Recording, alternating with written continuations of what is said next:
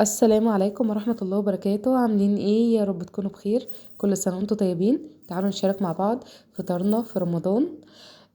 هنا كان عندي بطاية همسكها بقى. بصوا هي مش نضيفة خالص، هنضفها بقى كده مع بعض.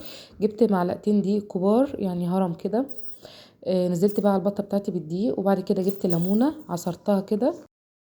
بصوا هدعك بقى الدقيق بتاعي بالقشر بتاع الليمون. بصوا بالشكل ده. هعملها كده بقى من الجنبين ومن بطنها، وبعد كده هسيبها جنبي يعني حوالي نص ساعة كده علشان ريحة الزفارة بتاعتها. تعالوا هنا بقى نعمل التتبيلة بتاعتها لحد ما نسيبها شوية في الدقيق. هنا جبت بصلاية متوسطة وطماطمية متوسطة، ضربتهم كده في الكبة بتاعتي. هنزل بقى بيهم في بولة. بعد كده نزلت بكمون وكزبرة، نص معلقة صغيرة كمون ونص معلقة صغيرة من الكزبرة، ونص معلقة فلفل اسود، ملح، رشة من القرفة بتضيع ريحة الزفارة نهائي، تدي البطة ريحة حلوة. هقلبهم بقى كده في بعض. لو حابة ان انتي تزودي اي توابل تاني براحتك.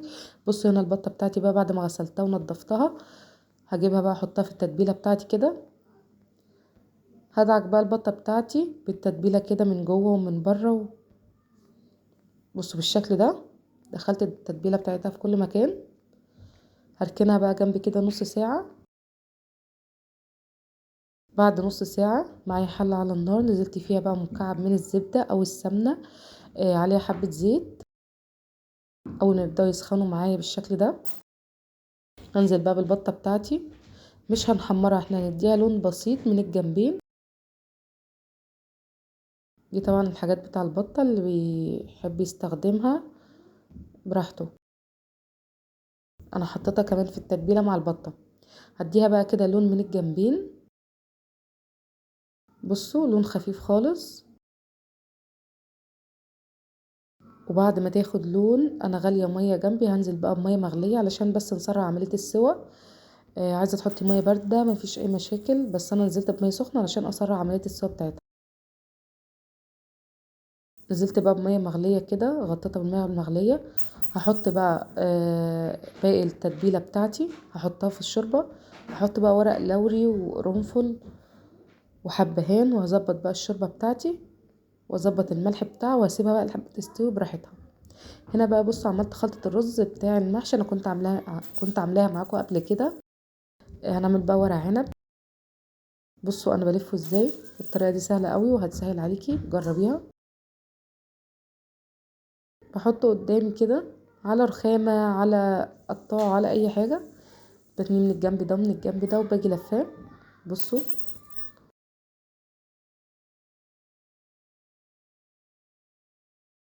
بتنيه من الجنب ده والجنب ده وبلفها.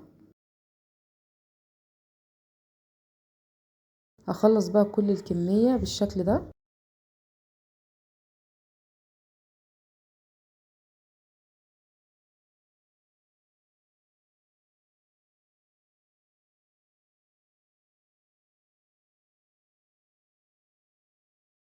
هنا بصوا خلصت كل الكمية بتاعتي.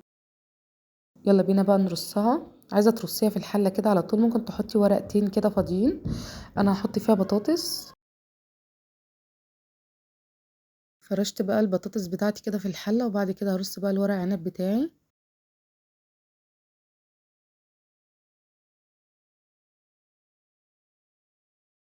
بصوا بالشكل ده.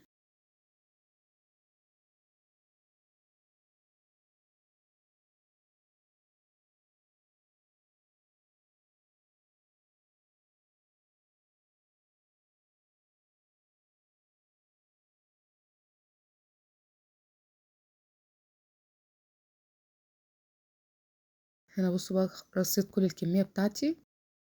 فضل بقى معايا رز تاني. كان عندي فلفل وبتنجان، قورته بقى وحشيته بيه. وجبت برضو الحلة بتاعتي حطيت فيها بطاطس، وارصهم بقى بالشكل ده.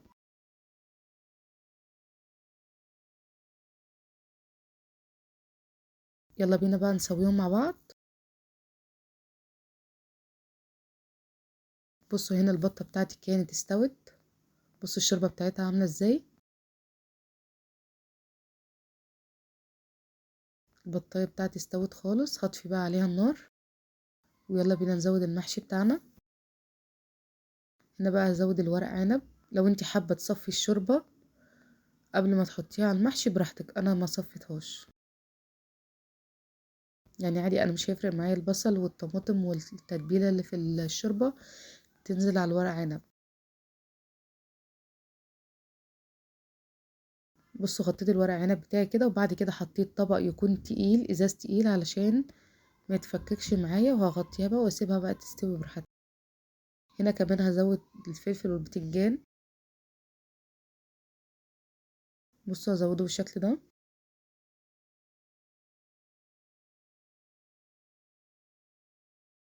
هغطيه واسيبه كمان يستوي براحته. انا حاطه تحت الحله دي اللي هي الشياطه بتاعه العيش، امان مش اكتر، بس الحله مش بيجرى لها اي حاجه. هنا البطه بتاعتي بقى علشان احمرها انا مش هحط عليها طماطم او اي حاجه، علشان انا مش عايزه اغير من طعمها. فانا هنا جبت زبده وسيحتها او سمنه، ودهنت البطه بتاعتي كلها بالزبده والسمنه. هدخلها بقى فرن سخن واسيبها بقى لحد ما تاخد لون من الجنبين، وبعد كده اخرجها. هنا بصوا كان الورق عنب بتاعي استوى خالص. كمان البطه بتاعتي بصوا طلعتها من الفرن، بصوا اخدت لون من الجنبين. المخلل ده انا اللي عاملاه، اللي عايز الطريقه يكتب لي في الكومنتات. بيفضل مقرمش من اول واحده لاخر واحده. بصوا هنا شوربه البط بصوا عامله ازاي. كمان بقى عملت عصير مانجا، بألف هنا وشفا على قلبكم. بصوا الورق عنب كان سخن، لسه الاكل سخن معايا. وبكده خلص الفيديو معانا، وكل سنه وانتم طيبين. ولو عجبك الفيديو ما تنسيش تشتركي في القناه وتفعلي زر الجرس عشان يوصلك كل جديد. والسلام عليكم ورحمه الله وبركاته.